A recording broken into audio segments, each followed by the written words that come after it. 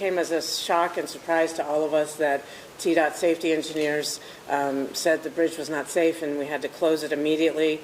This was something that was unexpected and very difficult for all of us to deal with who use that bridge regularly, including myself and other members of our community. So we have been working since that day to evaluate how to repair the bridge and how we could reopen it. And today we have some answers. So just as a little context, this bridge was originally built in 1898. So it's 127 years old. And that has had some wear and tear. So in late June, the TDOT engineers inspected it and required us to close the bridge to all traffic due to load-bearing concerns. And every day since then, my office is right up here. I look out at that bridge every day, and I know, it's sad to see that there's nobody on it. And so we have been working since that day to try to know what the repairs are so we could reopen it.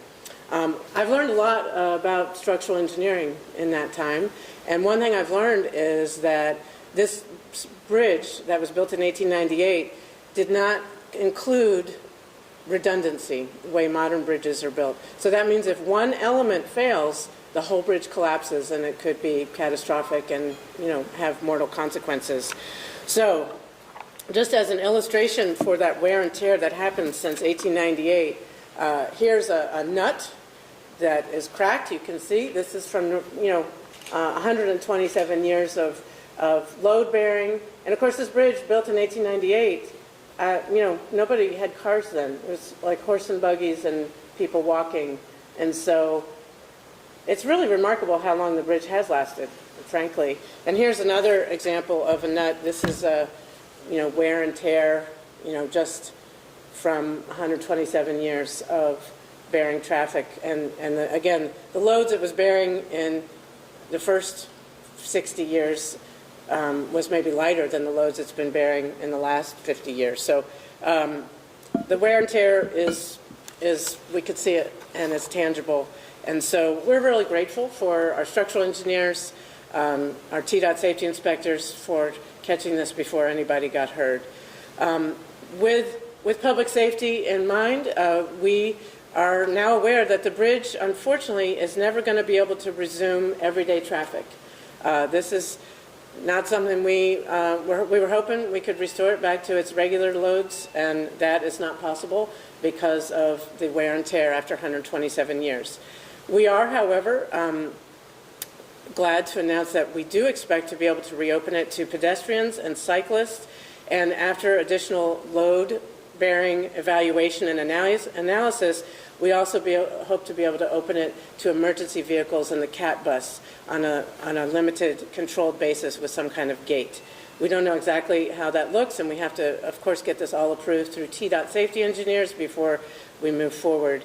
But we have been working hand in hand with our consultants and with city engineers and with TDOT to have this plan going forward. We now know we have not to exceed cost of the repairs. It's going to be $2 million, or will not exceed $2 million. So I will be bringing that to council on the first council meeting in March. It is part of a budget amendment to include that because we want to get started on this right away. And again, we have been working on this, evaluating this since June 25th, modeling, trying to evaluate the safety concerns, how we could restore and reopen this to the public, and we're ready to go as soon as we can get that $2 million approved. We already have contractors and so forth ready to get started. So this is an important connection. It's been something that the people of Knoxville have used to cross the Tennessee River since 1898, and so we are eager to reopen it to the capacity we can. These repairs are going to be complicated. Most likely the repairs will be done from a barge that will be parked underneath the bridge, so that requires permits from TWRA, and it's a very bespoke process where they'll have to take down the warped elements one at a time, measure, repair, not repair the elements, replace it, but careful measurements for each piece. So this will take several months, and Chris Howley is here from the city. He's our Deputy Chief Engineer, and Jason Brady from Gresham Smith will be able to answer more specifics about the nature of the deterioration and also the nature of the repairs. I have learned a lot about structural engineering, but I'm not an engineer, and we'll be glad to let them answer those specific details. While the repairs of the current bridge are underway, we will also be evaluating how to possibly replace the bridge overall. That will be a much longer-term process. Obviously, brand new bridges are major expenses where we would seek state and federal support for that. But we don't know exactly what that will look like. Again, this was an unexpected occurrence, and so, but it's a beautiful bridge. It's an iconic part of our city, and so I hope that we can preserve the current Gay Street Bridge as a pedestrian and bicycle access, and then we'll consider what we might do for a replacement bridge moving forward. So I'm happy to take any questions. Jason Brady, raise your hand. He's here from Gresham Smith. And Chris Howley, please raise your hand. He's here from the City of Knoxville Engineering Department. And Vice Mayor Smith, he's here. He represents South Knoxville and has been very engaged with community members, as have I, who are most immediately affected by the closure of this bridge. They've been wondering when it could reopen, and now, although it's not restoring it to the amount of traffic it used to have, safety comes first, and we do now have a plan to reopen it to pedestrians and bicyclists. We hope to get this done by the end of this calendar year or early 2026, which sounds like a long time, but we do have a plan, and I'm glad that we have more certainty going forward. Any questions? Does this change any plans for the other pedestrian bridge that was approved earlier? No. The RAISE grant is specifically, very intentionally, for a site that was selected, over 15 years ago. That site has been picked very specifically and evaluated. And when you get federal and state dollars towards a project, you don't get to pick and choose how to spend it. You have to spend it for the purposes for which you received it. So that pedestrian bridge that's further west on the river, further downriver, is moving forward. This does not affect that in any way. Was the damage, is the problem of rebuilding it for regular vehicular traffic that it can't be done, or that it would be prohibitively expensive? I'll let Chris Howley answer that one. It's that it would be prohibitively expensive. At the end of the day, in 2001 to 2004, we did a bridge rehabilitation project, and it largely just was the deck of the bridge. To do any repairs to the arches themselves, replacement or anything like that in kind, it would require you to take the deck off, which $2001 is $16 million, and to start replacing arches. And the rest of the bridge that we don't replace would still be 127 years old. And so the idea of another arch having the same kind of failure, 2, 3, 4, 5 years down the road, it really doesn't make a financial sense to try to do a repair of that magnitude. Did you run the numbers on what that would actually cost? We haven't run the numbers on the specifics, but when you start getting into the scale of what we're talking in the $40, $50 million for a repair of a bridge that's that age, and we still haven't got into the details, it's probably a lot more than that, and you're really talking about the valuation of a new bridge. And so starting with something that's not only new and would have less maintenance, but it's this redundancy the mayor had mentioned earlier. It's a single redundancy bridge in the context that it's in right now. A replacement bridge would not have single redundancy. It would be dual redundancy. So if something went wrong, there'd be an opportunity to repair it without a failure of the bridge. So it's kind of it's served its life. A typical life of a bridge like that is in the 70 to 80 year window. We're at 127 years. So we've bought time with a lot of these projects that we've done to rehab it in the past. And we're just at a point where that's not practical at this point in time. You mentioned the current bridge will be open to pedestrians at the end of this calendar year. Is that correct? Well, I like to manage expectations. We hope it'd be the end of this calendar year, but it could be into early 2026. When will people be able to hear a little bit more as that process moves along about when it's going to open? That is what we know. That's what you're hearing. Like the end of 2026, end of 2025, early 2026. That's the best information we have at this time. If it's if it's going to be later or sooner, hopefully sooner, we'll be sharing that as soon as we have it. We have a web page dedicated to the Gay Street Bridge where we're going to be sharing these updates that we're sharing with you right now. And as soon as, whenever we have new information, we will post it there and share it with the media.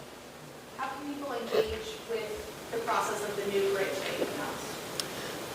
The pedestrian bridge? No, I'm sorry, the replacement bridge. Oh, well, that again is going to be a longer-term process. We don't even have, we haven't even taken the first steps. We want to first do what we can to repair the existing bridge and open it up to the amount of loads that is still safe for it to take.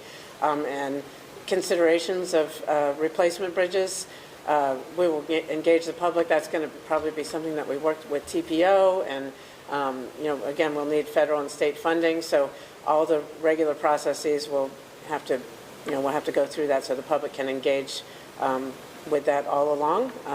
But again, that's something that will take years to evaluate and consider and fund. Is there an extension on the estimate of the lifespan, or an estimate on the extended lifespan? Once we reduce, since it's going to not have motorized vehicles on it, how long will it last? You want to tackle that one? Sure.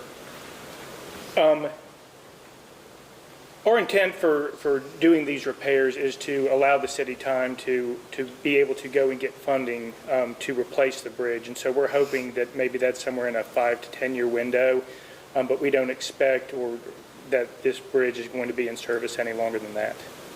To anybody, including pedestrians? No, we would really hope that in 10 years that it's not. That maybe the new bridge, a replacement bridge, would have adequate or enhanced pedestrian facilities on that bridge.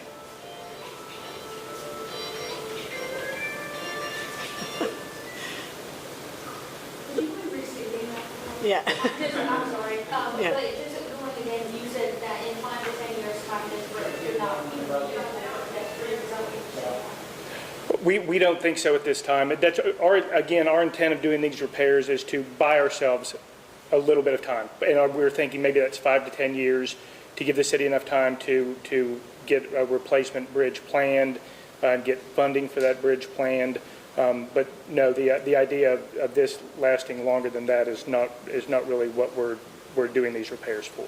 Well, and in our conversations with TDOT, they have been annually inspecting this bridge.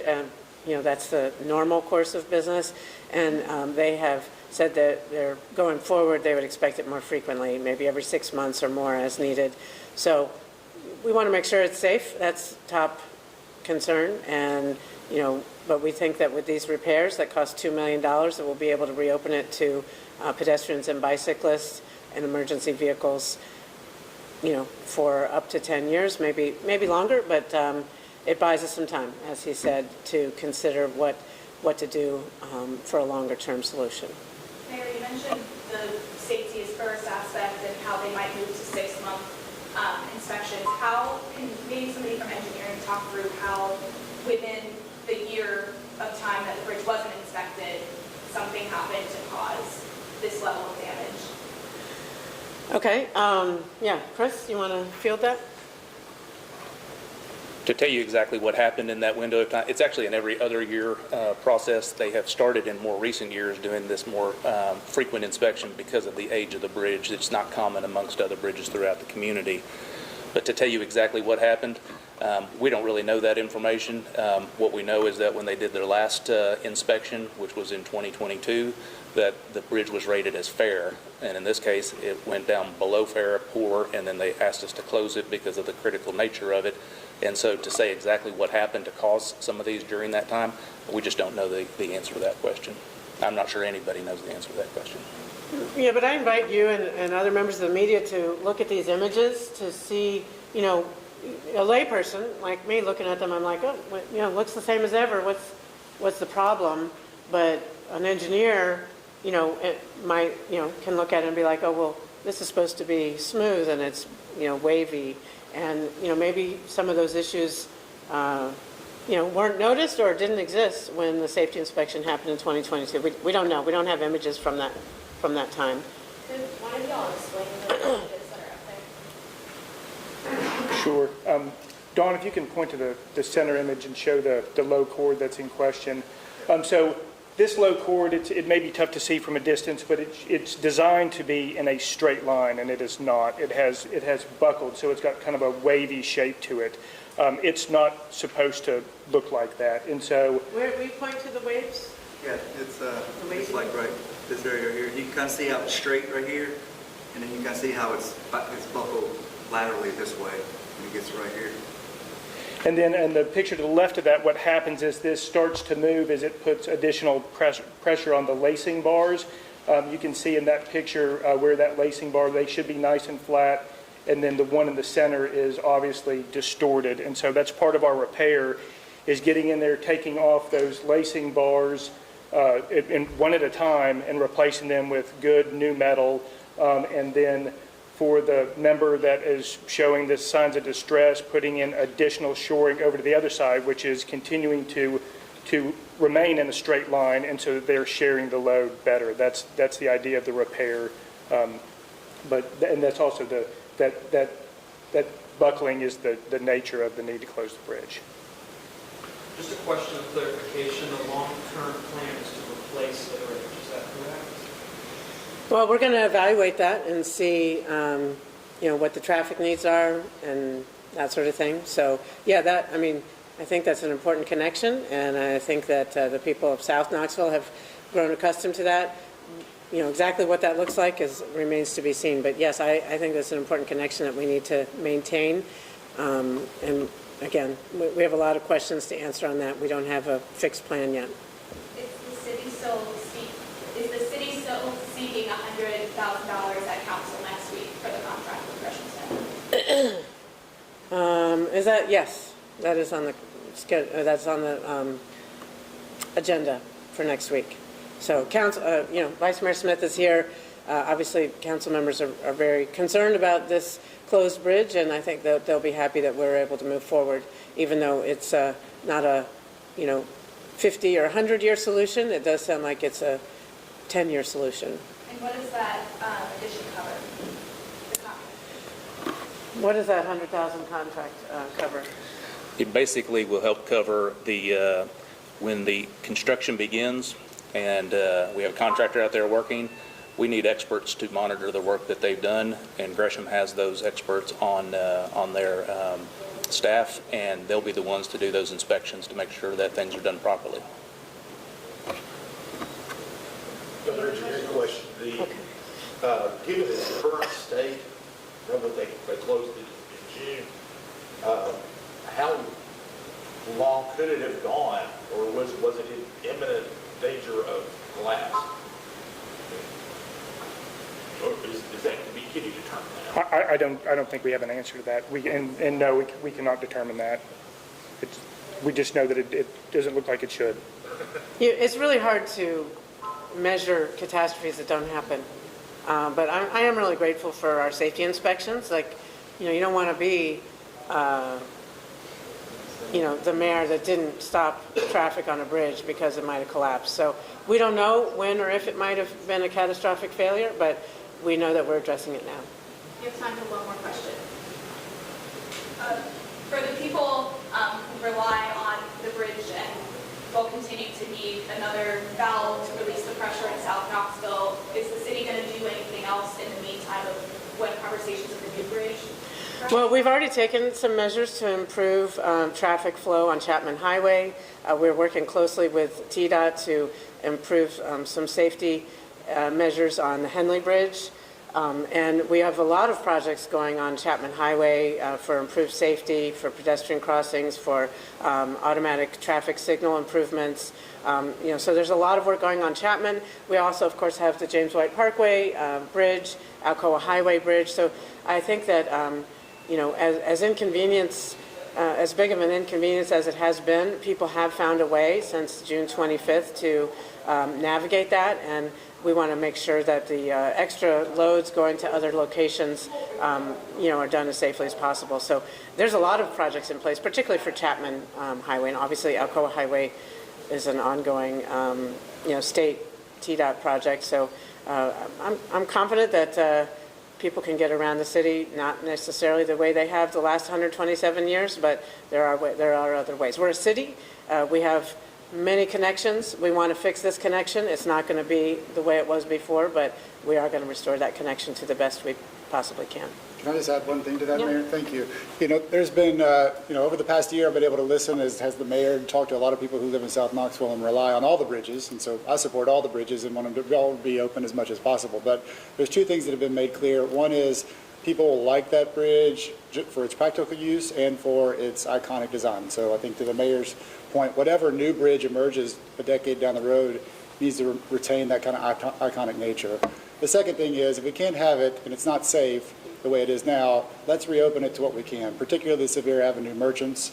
All of those businesses along Sevier Avenue are the lifeblood of that corridor, and they have asked us, if at all possible, please make it open to pedestrians. And so there is a scenario where another mayor or another decision could be made of just keeping it closed, period. But that's not what has been decided, and I'm glad the mayor's acting quickly. And so that's why the $2 million will immediately impact all of the city, but most pointedly, the people who rely on foot and pedestrian traffic for their business. And so I'm excited about the good news of that. If there's any silver lining, it's that those businesses will have people coming to and from them from downtown in a year's time.